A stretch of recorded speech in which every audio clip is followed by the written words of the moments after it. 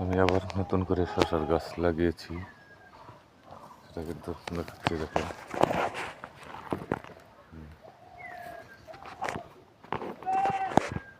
সেচ দেওয়ার সময় হলে কিন্তু সেচ দিতে হবে, কারণ সময় মতো সেচ না দিলে কিন্তু গাছ মোটা তাজা হবে না। আমি কিন্তু একটু দূর থেকে ভিডিও করেছি যে আমার এখানে 6 শতাংশ জমি, 6 শতাংশ জমিতে আমি সিরিয়াল অনুযায়ী শসার চাষ করি। এদিক দিয়ে আমার কিন্তু গাছ ছিল, এই গাছগুলো ওই যে ওই পাশে দেখা যাচ্ছে এক লাইন গাছ আছে, ওগুলো আবার কেটে দিয়ে ঠিক এরকম পরিষ্কার করে দিব, দিয়ে সেচ দিয়ে দিব। দেখতে পাচ্ছেন আমার কিন্তু অনেক সুন্দর গাছ।